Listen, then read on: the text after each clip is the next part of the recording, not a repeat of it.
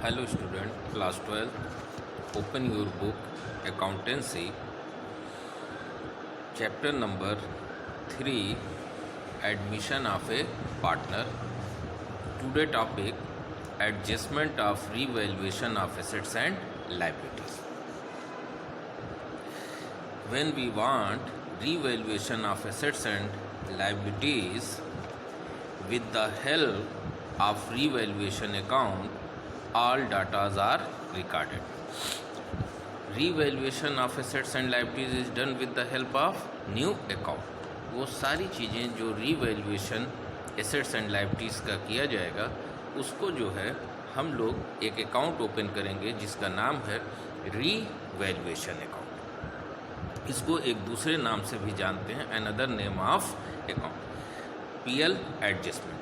Question में कभी कहेगा कि प्रिपेयर रिवैल्यूएशन अकाउंट और पीयर एडजस्टमेंट, जो भी कहे उसके थ्रू आप एंट्री प्रिपेयर करेंगे और वो अकाउंट ओपन करेंगे. दोनों जो है एज यूजुअल है, सिर्फ जो है नेम का फ़र्क है. This account is nominal account in nature. ये आप जान रहे हैं कि रिवैल्यूएशन अकाउंट क्या है, नॉमिनल. और नॉमिनल अकाउंट्स के रूल्स होते हैं debit all expenses and losses, credit all income and gain. उसको फॉलो करते हुए ये दिमाग में आप रखेंगे तो फिर ये अकाउंट एकदम इजी हो जाएगा प्रिपेयर करना. लॉस किस कंडीशन में होता है? अगर एसेट्स की वैल्यू रिड्यूस करती है तो क्या होगा, आपके लिए लॉस है. और लॉस है तो उस कंडीशन में रिवैल्यूएशन अकाउंट क्या कर दिया जाएगा, डेबिट. और एसेट्स की वैल्यू इंक्रीज़ करे तो ये आपके लिए क्या है, प्रॉफिट है. तो प्रॉफिट की कंडीशन में रिवैल्यूएशन क्या हो जाएगा, क्रेडिट. लायबिलिटीज़ के फंक्शन में ठीक अपोजिट हो जाएगा. Therefore if there is a loss due on realisation, realisation account be debited and revaluation result in profit, revaluation account is credited, जिसको हमने आपको एक्सप्लेन कर दिया. इस बात को अच्छी तरीके से याद रखिएगा कि revaluation account increase or decrease of assets and liabilities recorded at the time of a new admission. Purpose क्या है कि जब नया पार्टनर एडमिट करता है उसे हम अपनी बैलेंस शीट की एसेट्स एंड लायबिलिटीज़ की प्रेजेंट वैल्यू को बताते हैं. अगर इसके बाद अगर एसेट्स एंड लायबिलिटीज़ में कोई भी चेंजेस होता है तो उसका रिस्पॉन्सिबल वो नया पार्टनर भी होगा. लेकिन यहाँ पर जब एडमिट हो रहा है तो उस वक्त जब रिवैल्यूएशन अकाउंट बनाकर उसमें जो भी प्रॉफिट या लॉस होगा उसको old partner in old ratio क्या कर देंगे, अपने कैपिटल अकाउंट में ट्रांसफ़र कर देंगे. क्योंकि नया पार्टनर अभी एडमिट किया है, इस इंक्रीज डिक्रीज का जो भी बेनिफिट या लॉस है उसकी रिस्पॉन्सिबिलिटी उसकी नहीं. अब ये रिवैल्यूएशन अकाउंट बनाने के लिए हमें एंट्री पास करेंगे जिससे कि ये क्लियरली हो जाए कि जो है ये कैसे प्रिपेयर किया जाए. अब इसमें देखें, following entry are pass for purpose of revaluation. अब आप देखें पहली एंट्री क्या है कि decrease in value of assets and provision for doubtful debts on debtors. Assets की वैल्यू डिक्रीज़ कैसे होती है, उसकी वजह है डेप्रिसिएशन. और डेटर्स वजह पे क्या होता है, bad debts, provision for doubtful debts. ये सारी चीज़ें क्या करती हैं, एसेट्स की वैल्यू को रिड्यूस करती हैं. अब क्योंकि बैलेंस शीट में ये सारी चीज़ें किसके नाम से मेंशन है, एसेट्स, और मे भी कि प्रोविज़न फॉर डाउटफुल डेब्ट्स वगैरह भी डेटर्स इनर कॉलम में और प्रोविज़न फॉर डाउटफुल डेब्ट्स करके उसमें से डिडक्ट करके आउटर में वैल्यू शो. अगर क्वेश्चन में कहता है कि डेप्रिसिएशन हो रहा है या डिक्रीज 10%, 20%, 1000 रुपीज़ जो भी है, तो उसके थ्रू अगर एसेट्स इंक्रीज या प्रोविज़न फॉर डाउटफुल, तो ये दोनों कंडीशन में एसेट्स की वैल्यू क्या होती है, कम होती है. एसेट्स की वैल्यू कम होना, एक चीज़ आप अच्छी तरीके से जान लीजिए कि एसेट्स ऑलवेज क्या होता है, डेबिट बैलेंस. एसेट्स का डेबिट बैलेंस हमेशा होता है. अगर एसेट्स डेबिट हो रही है तो इंक्रीज़ की कंडीशन में हमेशा ये जान लीजिए कि एसेट्स को क्या किया जाएगा, डेबिट. यानी जिस साइड बैलेंस होता है कोई भी एसेट्स को उसी साइड रिकॉर्ड करेंगे तो उससे वैल्यू क्या होगी, इंक्रीज करती है। और डिक्रीज की कंडीशन में एसेट्स डिक्रीज करेगा तो उस कंडीशन में एसेट्स को क्या कर दीजिएगा आप, क्रेडिट कर दीजिए। यानी ऑलवेज बैलेंस कहाँ पे रहता है, डेबिट में रहता है, इसीलिए उसे एसेट साइड में बैलेंस शीट के शो करते हैं। अब आइए इंक्रीज की कंडीशन में डेबिट और डिक्रीज की कंडीशन में क्या होगा, क्रेडिट कर देंगे। लाइबिलिटीज़ में यही चीज़ जस्ट रिवर्स हो जाएगा। लाइबिलिटीज़ का क्रेडिट बैलेंस होता है, क्रेडिट बैलेंस, कभी भी इसका डेबिट बैलेंस पॉसिबल नहीं। और इस कंडीशन में जिस साइड बैलेंस होगा कोई भी डाटा रिकॉर्ड करेंगे वो उसको क्या करेगा, इंक्रीज करेगा, और जस्ट उसका रिवर्स जो होगा वो क्या करेगा, डिक्रीज। अब इसी को आप फॉलो करते वक्त बस आप देखें और दूसरे साइड क्या रिकॉर्ड कर देंगे, रियलाइजेशन को। अब पहली एंट्री देखें, एसेट्स की वैल्यू इंक्रीज कर रही है, एसेट्स का क्या बैलेंस है, डेबिट। जितने अमाउंट से रिड्यूस करेगा उसे आप क्या कर देंगे, क्रेडिट कर देंगे। प्रोविज़न फॉर डाउटफुल भी डेटर्स को डिक्रीज करता है, इसलिए उसे भी क्या करेंगे, क्रेडिट। और डिक्रीज करना एसेट्स की वैल्यू को क्या करता है, कम करता है। और आपके लिए क्या है, एसेट्स का कम होना लॉस है, और लॉस की कंडीशन में आपको बताया कि रियलाइजेशन अकाउंट क्या करते हैं, डेबिट। इसलिए realisation account debit to assets और to provision for doubtful debts. Next है increase in value of assets, which amount or value increases recorded debit. क्या करेंगे, जिस वैल्यू से एसेट्स इंक्रीज करेगा उसे आप डेबिट कर देंगे, और टू क्या लिखेंगे, इंक्रीज होना। फर्म के लिए क्या है, बेनिफिट है, प्रॉफिट है। अब प्रॉफिट की कंडीशन में रियलाइजेशन को क्या बताया आपको, क्रेडिट कर देंगे, ये आप कर लेंगे। नेक्स्ट है थर्ड नंबर देखें, increase in value of liabilities. Liabilities का वैल्यू बढ़ना, यानी आपके ऊपर बर्डन बढ़ रहा है, तो बर्डन का बढ़ना फर्म के लिए क्या होता है, लॉस होता है। और लॉस होने का मतलब है रियलाइजेशन क्या हो गया, डेबिट। और आपको बताया कि लाइबिलिटीज़ का क्या बैलेंस होता है, ऑलवेज क्रेडिट होता है। अगर लाइबिलिटीज़ आपकी क्या हो रही है, इंक्रीज़ हो रही है, लाइबिलिटीज़ क्या हो रही है, इंक्रीज़ हो रही है, तो इंक्रीज़ की कंडीशन में लाइबिलिटीज़ को क्या करते हैं आप, क्रेडिट कर देते हैं। तो ये देखिए क्या हो गया, क्रेडिट। रिवैल्यूएशन के थ्रू एक चीज़ अगर क्लियर हो जाए तो दूसरे अकाउंट को रिकॉर्ड करना इजी हो जाता है। दोनों चीज़ों को हम एक्सप्लेन कर रहे हैं कि लाइबिलिटीज़ का बढ़ना फर्म के लिए लॉस है, लॉस की कंडीशन में नॉमिनल अकाउंट क्या किया जाता है, डेबिट, तो रिवैल्यूएशन डेबिट। लाइबिलिटीज़ क्या हो रही है, इंक्रीज़ हो रही, तो लाइबिलिटीज़ का बढ़ना फर्म के लिए क्या है,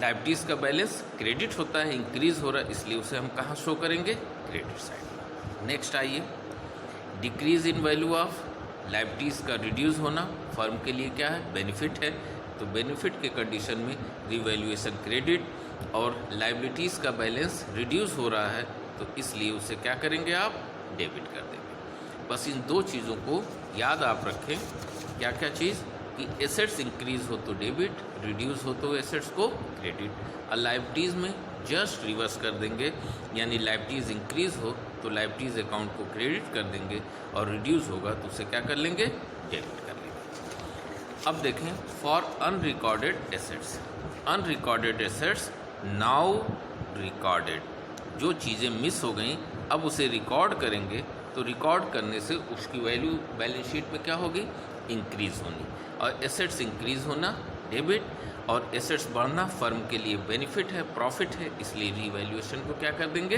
क्रेडिट। नेक्स्ट है for revaluation of unrecorded liabilities now recorded. Unrecorded यानी बाय मिस्टेक आपने छोड़ दिया, नहीं रिकॉर्ड किया, तो अब हमें उसे बुक में रिकॉर्ड करेंगे तो मेरी लाइबिलिटीज़ क्या होगी, इंक्रीज़ होगी। इंक्रीज़ हो रही है तो लाइबिलिटीज़ बढ़ रही है, तो इसलिए क्या कर दिए, क्रेडिट, और लाइबिलिटीज़ का बढ़ना फर्म के लिए लॉस है, इसलिए रीवैल्यूएशन क्या हो जाएगा, डेबिट। अब इसके बाद इन एंट्री के बाद हम लोग रीवैल्यूएशन अकाउंट बनाएंगे और उसमें जो भी प्रॉफिट या लॉस होगा उसे पार्टनर में क्या कर लिया जाएगा, डिस्ट्रीब्यूट कर। डायरेक्टली भी आप इस तरीके से समझ लें कि कैसे रीवैल्यूएशन अकाउंट प्रिपेयर।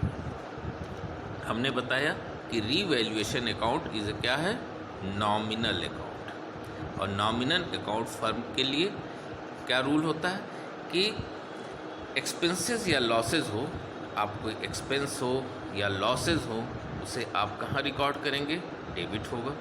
और आपके लिए इनकम एंड प्रॉफिट होगा तो उसे आप कहाँ रिकॉर्ड करोगे, क्रेडिट साइड में रिकॉर्ड करोगे। कब आपके लिए लॉस होगा, एसेट्स की वैल्यू अगर कम हो जाए तो वो आपके लिए क्या है, लॉस है। और अगर लायबिलिटीज़ की वैल्यू क्या हो जाए, बढ़ जाए, तो वो भी आपके लिए क्या है, लॉस। और जस्ट रिवर्स इन्हीं का, अगर एसेट्स की वैल्यू बढ़ी तो आपके लिए क्या हो जाएगा, फ़ायदा। लायबिलिटीज़ कम हो जाए, पेमेंट कम देना हो, क्रेडिटर की वैल्यू कम हो जाए, तो ये आपकी क्या होगा, इनकम होगी, प्रॉफिट होगी, इसलिए इसे क्या करेंगे, क्रेडिट कर देंगे। एंट्री के थ्रू भी आप देखें, पहली एंट्री में देखें रीवैल्यूएशन क्या हो रहा है, डेबिट है, तो एसेट्स की वैल्यू जो कम हो रही है, दोनों जो क्रेडिट है उन्हें कहाँ लिख दिया जाएगा, डेबिट। यानी डिक्रीज़ को आप कहाँ लिखोगे, आप ऐसे देख लें, एसेट्स का कम होना यानी डिक्रीज़ इन एसेट्स है तो उसे कहाँ लिखोगे, डेबिट। इंक्रीज़ इन लायबिलिटीज़ है तो वो कहाँ आ जाएगा, डेबिट। फिर इसके बाद अनरिकॉर्डेड लायबिलिटीज़ नाउ रिकॉर्ड, यानी कोई भी लायबिलिटी मिस हो गई उसे अब रिकॉर्ड करोगे, उससे आपकी लायबिलिटीज़ क्या हो रही, इंक्रीज, उसे भी क्या करेंगे, डेबिट। नेक्स्ट देखें, आपके लिए क्या है, इनकम क्या है, इंक्रीज इन एसेट्स, एसेट्स का बढ़ना आपके लिए क्या है, प्रॉफिट है, इसलिए कहाँ आ जाएगा, क्रेडिट। और लायबिलिटीज़ का रिड्यूस, डिक्रीज इन लायबिलिटीज़, ये भी आपके लिए प्रॉफिट है, इसलिए credit. Unrecorded assets now record, तो एसेट्स की वैल्यू इंक्रीज होगी, इसलिए उसे भी क्या करोगे, क्रेडिट। अब इसके बाद आप देखें, अगर क्रेडिट साइड का टोटल लायबिलिटीज साइड से क्या है, यानी कहने का मतलब credit side increase from the debit side of revaluation, तो इज़ ए प्रॉफिट, तो उसे आप किस में डिस्ट्रीब्यूट करोगे, क्योंकि इस पूरे रिवैल्यूएशन की रिस्पॉन्सिबिलिटी, अभी तो नया पार्टनर आ रहा है, ये सारी रिस्पॉन्सिबिलिटी ओल्ड पार्टनर, इसलिए profit transfer to old partners capital account. किस रेशियो में, ओल्ड रेशियो।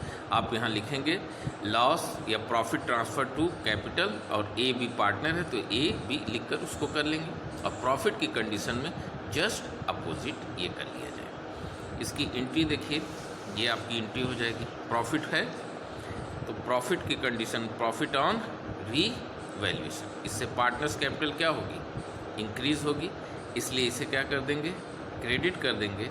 अब किस पर प्रॉफिट हो रहा है, रीवैल्यू, तो दूसरा अकाउंट क्या लिख देंगे, revaluation account debit to old partners capital. Loss की कंडीशन में कैपिटल क्या होगी, रिड्यूस होगी, तो कैपिटल का रिड्यूस होना, इसलिए कैपिटल अकाउंट डेबिट। अब किस अकाउंट से आपको लॉस हो रहा है, रीवैल्यूएशन से, तो दूसरे साइड क्या लिख देंगे, टू रीवैल्यूएशन।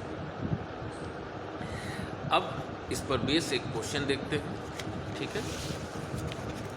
क्वेश्चन नंबर, अब बुक ओपन कर लें और देखें question number 39, question number 39, question number 39। Pass the general entries at the time of admission. क्या है, पहला, land and building is under valuated by 2 lakh, यानी जो एसेट्स लैंड एंड बिल्डिंग है उसकी वैल्यू को आपने 2 लाख रुपीस कम दिखाया है। अंडर वैल्यूएटेड यानी उसकी वैल्यू 2 लाख ज़्यादा है, लेकिन आपने उसे अभी शो नहीं किया, तो यानी क्या करना है, अंडर वैल्यूएटेड को एक्चुअल वैल्यू पे दिखाने के लिए हमें क्या करना है, इंक्रीज़। और इंक्रीज़ करने के लिए क्या हो जाए, एसेट्स अगर इंक्रीज़ करना है तो उसे क्या करेंगे आप, डेबिट, इसलिए land and building account debit. और एसेट्स का बढ़ना फर्म के लिए क्या है, प्रॉफिट है, तो प्रॉफिट के लिए क्या लिख देंगे, to revaluation 2 lakh rupees. Next है, stock is over valuated by 20%, यानी जो स्टॉक की वैल्यू आपकी 100 है उसमें 20% आपने ज़्यादा वैल्यूएट करके उसे शो कितना किया, 120। Stock is over valuated by 20%। अब बुक वैल्यू कितनी दी हुई है, यानी 60,000, यानी 100 की चीज़ 20 रुपये एक्सेस करके 120 यानी कितने में, 60,000 आपने शो किया, लेकिन उसे शो कितने में करना है, 100 में, यानी 20। तो इसका तरीका क्या है कि जितना ओवर वैल्यूएटेड हो, यानी कितना ओवर वैल्यूएटेड हुआ है 20, प्रेजेंट वैल्यू कितनी है 120, तो 20/120 इंटू क्या है 60,000, यानी 120 बुक वैल्यू में कितना एक्सेस है, 20 है, तो 60,000 में एक्सेस कितना है, इसको फाइंड आउट करेंगे, इसकी वैल्यू कितनी हो गई 10,000। तो इस तरीके से कितना आपने ज़्यादा दिखाया है 10,000, तो उसको रिड्यूस करने के लिए, उसे एक्चुअल दिखाने के लिए कम करेंगे, तब कर दी जाएगी revaluation account debit to stock, कितने कर दिया जाएगा 10,000। इसका एक वर्क यहाँ पर दे दिया 60,000 इंटू 20/120। नेक्स्ट आप देखें नंबर 3। नंबर 3 में आप देखें कह रहा है कि provision to be made for compensation of 20,000 to an ex employees. इसका क्या मतलब कि आपको कोई एक्स एम्प्लॉय है उसको कंपनसेशन के लिए प्रोविज़न करना है, यानी एक्स एम्प्लॉय जो पहले था अब नहीं है, उसको आपको पे करना है। हो सकता है कि आपके ऊपर कुछ लायबिलिटी जो है इन फ्यूचर जो है जनरेट हो, तो इससे आपकी लायबिलिटीज़ क्या हो रही है, बढ़नी है, तो इसके लिए प्रोविज़न करना है। तो लायबिलिटीज़ का बढ़ना फर्म के लिए क्या है, लॉस है। और लॉस को कहाँ कहाँ करते हैं, लायबिलिटीज़ का क्या बैलेंस है, क्या बैलेंस होता है, लायबिलिटीज़ का क्रेडिट होता है। तो उस कंडीशन में लायबिलिटीज़ अगर बढ़ रही है तो उसे क्रेडिट, और लॉस के लिए किसको डेबिट करते हैं, रीवैल्यूएशन। तो ये एंट्री क्या हो जाएगी, revaluation account debit to provision for compensation. Liabilities का बढ़ना फर्म के लिए क्या है, लॉस है, लॉस के लिए रीवैल्यूएशन डेबिट कर दिए। और liabilities always credit balance, increase की कंडीशन में उसे क्रेडिट ही करते हैं, इसलिए ये कर दिया गया। नेक्स्ट आप देखें, sundry debtor appear in the book 150, they are estimated not produced not more than 130, यानी कह रहा है कि आपने बुक में 150 डेटर्स शो किया है, लेकिन उसका वैल्यूएट किया गया कि उसकी वैल्यू कभी भी 130 से ज़्यादा नहीं हो सकती, मिल सकता है आसपास, यानी आपने एसेट्स जो डेटर्स की वैल्यू है अननेसेसरी 20,000 क्या है, एक्सेस दिखा रखा है। तो 20,000 से एसेट्स की वैल्यू को कम करना, तो ये आपके लिए लॉस है, लॉस के लिए रीवैल्यूएशन डेबिट, और एसेट्स का कम होना उसे क्या कर देंगे, क्रेडिट। तब एंट्री क्या हो जाएगी, revaluation account debit to provision for doubtful debts 20,000। फिर नेक्स्ट नंबर 5 देखें, creditor include an amount 10,000 received as commission.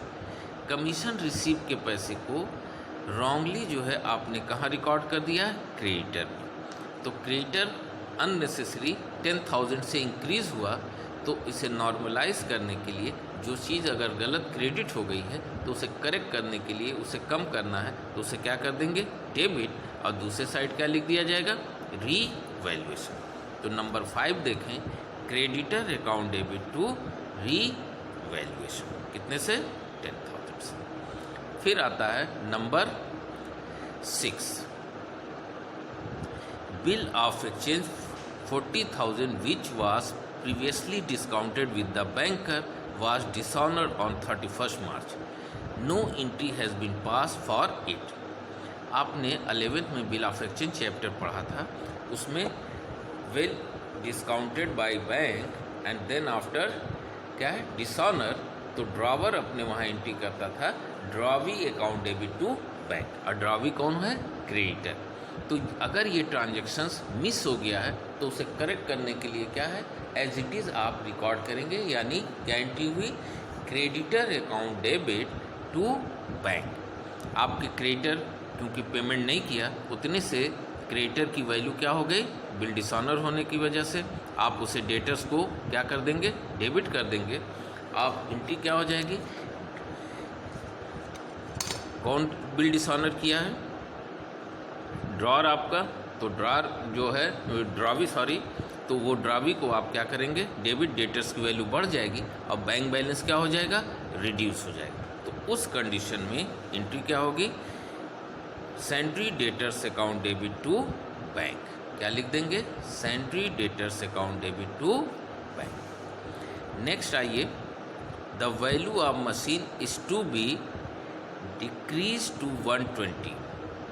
Machine की वैल्यू डिक्रीज टू 120। अब बुक वैल्यू कितनी है, 2 लाख। बुक में आपने 2 लाख शो कर रखा है और कह रहा है इस वैल्यू को कितना करिए, 120। तो 120 ही शो करने के लिए आपको 80,000 एसेट्स की वैल्यू क्या करनी पड़ेगी, रिड्यूस करेंगे, तब बुक में कितना शो होगा, 120 होगा। तो एसेट्स रिड्यूस कितने से होगा, जब इस तरीके से रिड्यूस टू 120 कहे तो जो बुक वैल्यू हो और जो परसेंट है उन दोनों के डिफरेंस से उसकी वैल्यू को रिड्यूस करें, तब revaluation account debit to machinery कितने से कम करना है, 80,000। नेक्स्ट आप देखें, the value of machine to be decrease by 120। साफ साफ लिखा है कि डिक्रीज कितने से करिए, 120। बुक में कितना है, 2 लाख, इससे कोई मतलब नहीं, डायरेक्टली वैल्यू बता रहा है कि डिक्रीज बाई 120, यानी जो भी स्टॉक, जो भी मशीनरी है उसकी वैल्यू कितने अमाउंट से कम करनी है, 120 से कम करनी है। लॉस है इसलिए रीवैल्यूएशन क्या कर देंगे, डेबिट कर देंगे। और किसकी वैल्यू कम हो रही, मशीन की, मशीन को क्या कर देंगे, क्रेडिट। रीवैल्यूएशन टू मशीनरी कितने से, 120। तो इस चीज़ को अच्छे से याद रखिएगा, डिक्रीज टू 120 का मतलब बुक वैल्यू और डिक्रीज टू 120 इन दोनों में डिफरेंस 80 का है, तो 80 से कम करनी है। और ये डिक्रीज बाई 120 यानी डिक्रीजिंग अमाउंट कितना है, 120, तो एंट्री में अमाउंट कितना लिखा जाएगा, 120। नेक्स्ट है, expenses on revaluation amount to 8,000 has been paid by the partner. Expense on revaluation जो है वो रिस्पॉन्सिबिलिटी ऑफ द फर्म है, तो उसे अगर पेमेंट करना है, कोई भी एक्सपेंस फर्म के लिए क्या होता है, लॉस। तो लॉस के लिए revaluation account debit to bank, ये करेक्टिविटी अगर पेमेंट फर्म करती है। लेकिन यहाँ पर लिखा है कि पेड बाय एक्स, यानी फर्म रिस्पॉन्सिबिलिटी गिवन बाय क्या है, पार्टनर। अगर कोई पार्टनर फर्म की रिस्पॉन्सिबिलिटी देता है तो उतना अमाउंट ये माना जाता है कि पार्टनर ने फर्म में क्या है, इन्वेस्ट किया, तो उससे उसकी कैपिटल को क्या करेंगे, हम इंक्रीज करेंगे। तब इस कंडीशन में रीवैल्यूएशन अकाउंट क्या करेंगे, हम डेबिट कर देंगे, रीवैल्यूएशन अकाउंट डेबिट। और अगर फर्म पे करती तो यहीं पे टू बैंक लिखते, क्योंकि पेमेंट कौन कर रहा है, वाई कर रहा है, तो टू वाई कैपिटल, कि फर्म के वर्क को कौन कर रहा है, पार्टनर, इसलिए उतना पैसा उसके कैपिटल अकाउंट में हम लोग इंक्रीज कर देंगे कि इतना पैसा उसने फर्म में क्या है, जे इन्वेस्टमेंट कर रखा है। Okay, thank you.